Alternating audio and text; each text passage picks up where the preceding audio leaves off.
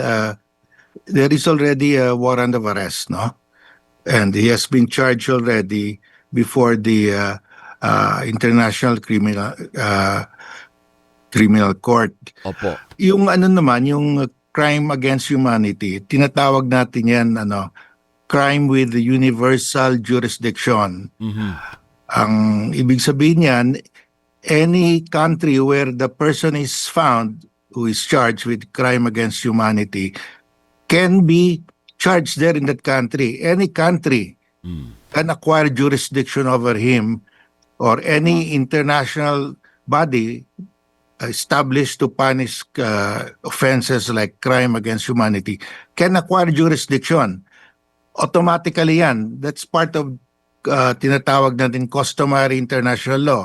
Ang saligang batas natin provides that the Philippines adopts Opo. as part of the law of the land general principles of international law, yung customary international law. So kahit na hindi natin inadapt dito by Congress, by law, automatic yan. We are bound by customary international law. So we are bound if a court has already acquired jurisdiction, like ICC,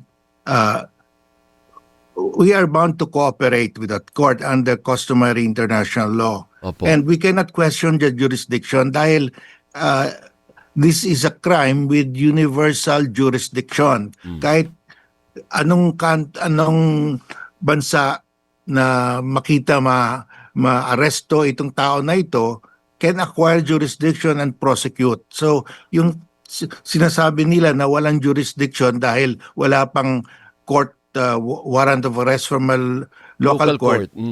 Hindi totoo yan dahil this is a crime of universal jurisdiction. Any court that prosecutes and takes him into jurisdiction dahil nahuli sa bansa nila is part of the investigation by an international criminal court. If that court has jurisdiction, automatically we have to recognize also yung mga processes or court orders kasi kasama yan sa jurisdiction eh. So hindi na natin kailangan i-recognize separately yung warrant of arrest in our local court dahil nire-recognize na natin yung jurisdiction ng ICC eh. Kaya po kami nagtataka dahil unfortunately the Senate President does not agree with your point. Para naman po kayo abogado. Sabi nga nila pag meron dalawang abogado, tatlo yung interpretation, dalawa lang yung abogado. So yan ang interpretasyon ninyo, Justice. Iba naman yung interpretasyon ng iba. That's buttressed by Republic Act 9851. Opo.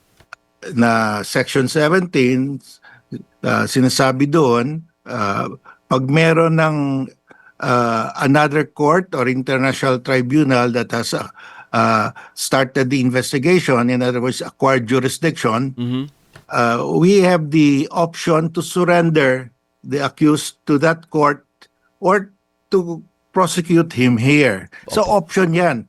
Nasa batas yan eh. And that option is exercised by the President. Opo. Yan po ang posisyon din ng Solicitor General. Ano po, ang gandang